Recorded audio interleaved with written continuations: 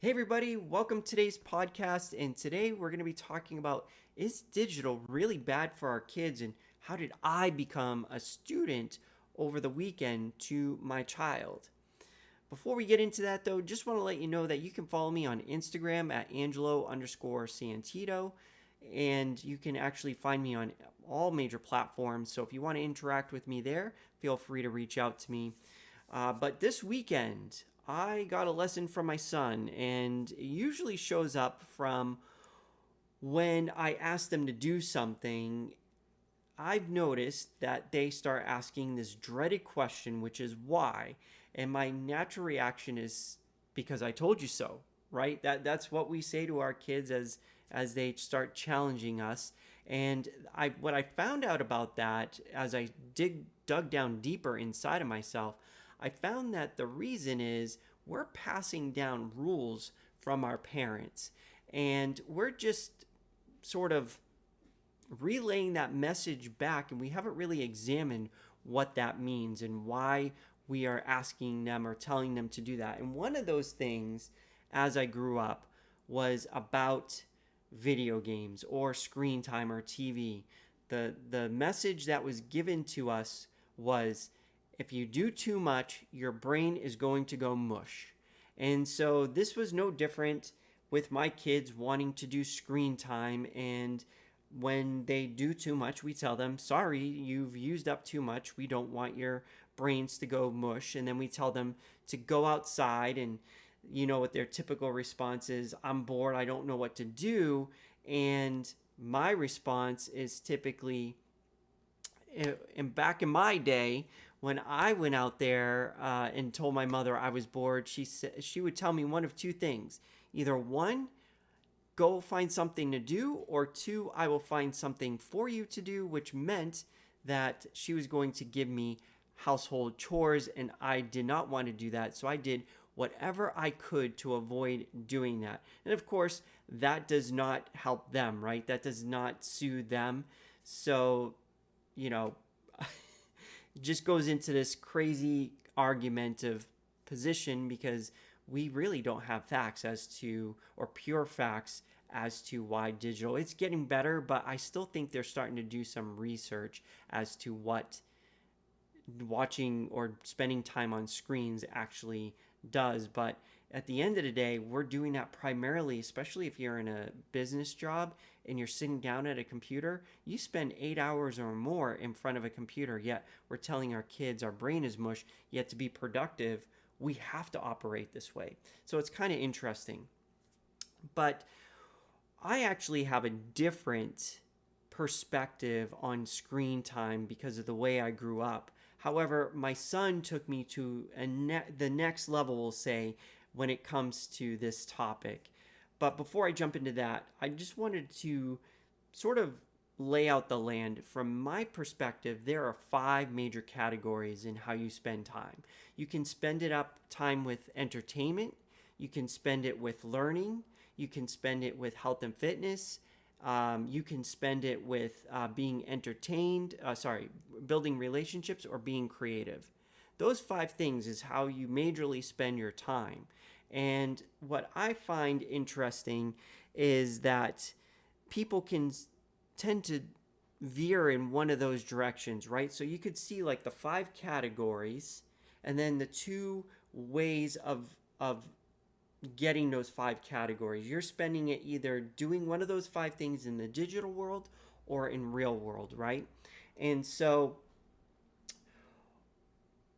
all of us have like our preferred method of which ones we like in the five categories, and we hang out there. And then which way do we do it? Do we do it in real life, or do we do it in digital? And my perspective is, I don't mind if we spend most of our time in the digital, but we also need to relay those things into the physical. Meaning that if we're exercising, I love it if we were exercising and getting fresh air by going outside and seeing nature. If we're being creative in digital world, I love to see you being creative in the real world and being balanced, but not just getting all five. At least this was my previous perspective. Don't get all five in the digital.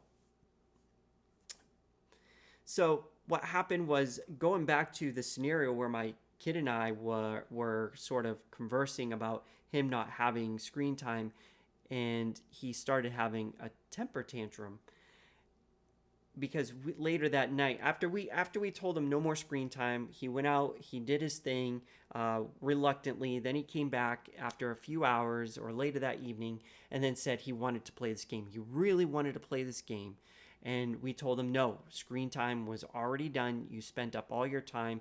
He's kind of addicted, and that's a whole different thing. But what he typically does is he goes and watches YouTube all day long, or not all day, but for a long period of time, and he binges things on Minecraft, and he watches tips and tricks and different things that people do with Minecraft, and then he tries to recreate it on his game, which is good because he's learning, and sometimes he shoots off all these things. But this time we wanted him off because he was spending way too much time, and so he wanted to play the game, and we told him no, sorry, you can't do that.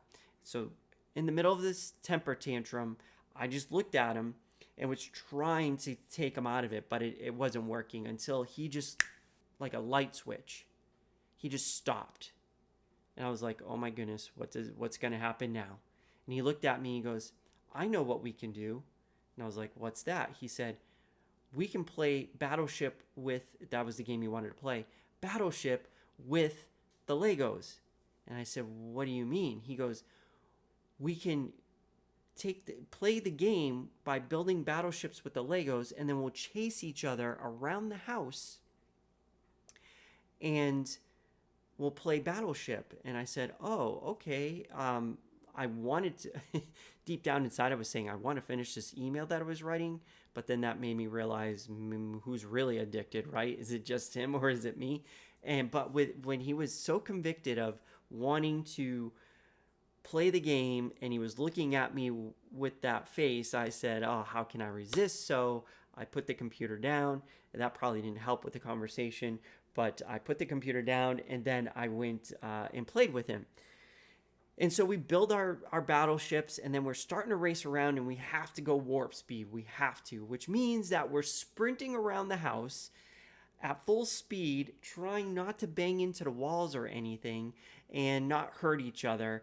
But at the same time, when you're running that fast and you're holding on to Legos, usually one of us was in the lead, and then we'd switch and change. They would break. And when they broke, we had to bring them back to the Lego bins and start rebuilding them to make them stronger. And then we'd go back out and run, which it was good that we had to stop because, man, sprinting around the house at full blast for, say, 20 to 30 seconds and then one breaking, I have to say, when I was rebuilding those Legos, I was feeling a little winded and I was sweating. So it was good to have those breaks. But that's when I started realizing, I don't think my son realized it, but what he did, what he was showing me in that time was really something special. That he took a game. We are playing a game, a concept of a game in the digital world, inspired by it. And we're bringing it into reality. And we're hitting all five categories. We are being entertained. We are being creative. We are being healthy and fit.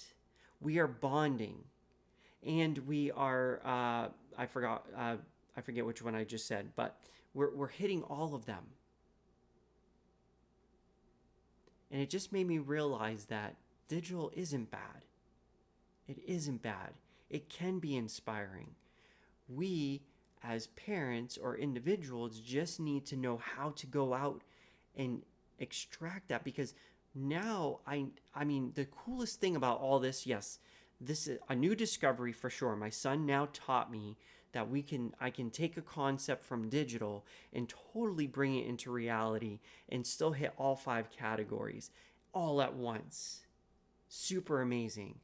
But the the coolest thing of it all is what I gain from it. Not just the knowledge of, okay, my son taught me something, but now I have a better relationship with him. I now have a new tool that I can pull out. And the next time I tell him not to do, like, I don't want him to be on screens because I want him to be back in reality, I can easily just tell him, hey, why don't you do that game with the battleship? Or maybe, hey, why don't you build the Minecraft thing that you saw? Or whatever. Like, I can start using that because now I'm talking his language. I can reach in there and I have a better tool. That doesn't mean all the time. I wish it would. I can already tell that 100% of the time it's not going to work, where he's going to be like, oh, yeah, I'll just not want to play this video game anymore and go do Legos or go outside and simulate this game. But it does give me another tool. Not only that, but it allows me now to enter his world and really create that bonding and get all five in. Whereas before, I probably would have sat all day over the weekend writing emails or doing whatever, because I'm in my busy season. I talked about that before. Now he got me out of my chair and I went out there and exercised. It wasn't the longest, endurance thing or anything, but I did something.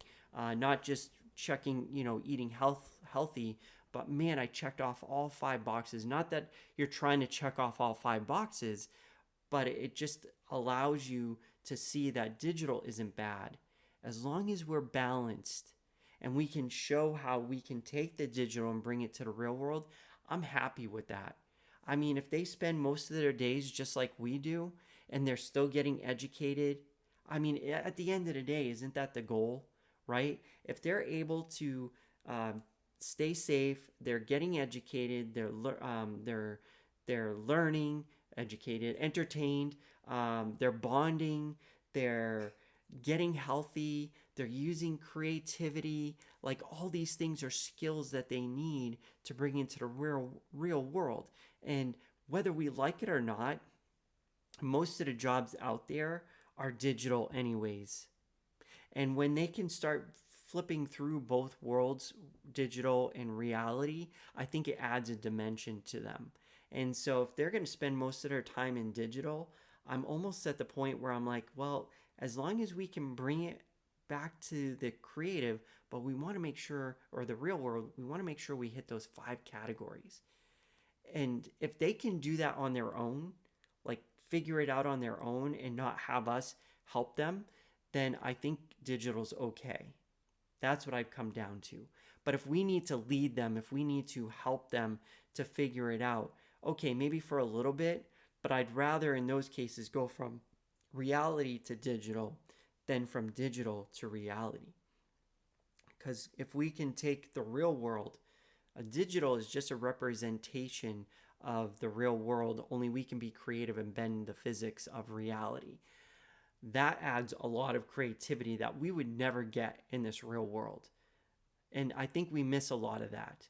I don't mean to go off on a tangent right now, but I think as a whole, we forget that the digital allows us to bend reality, which allows us to use parts of the brain that we can't easily do in the real world, right? So it's just something to think about. And I'm just grateful for the opportunity where my son actually had me becoming the student, because every time I just learn something new. All right. With that, I hope you have a good day. I'd love to hear your comments below about what your take is on the digital and the five categories in creative. Real world, digital, and the five categories. How does that relate to you? And I'll talk to you next time.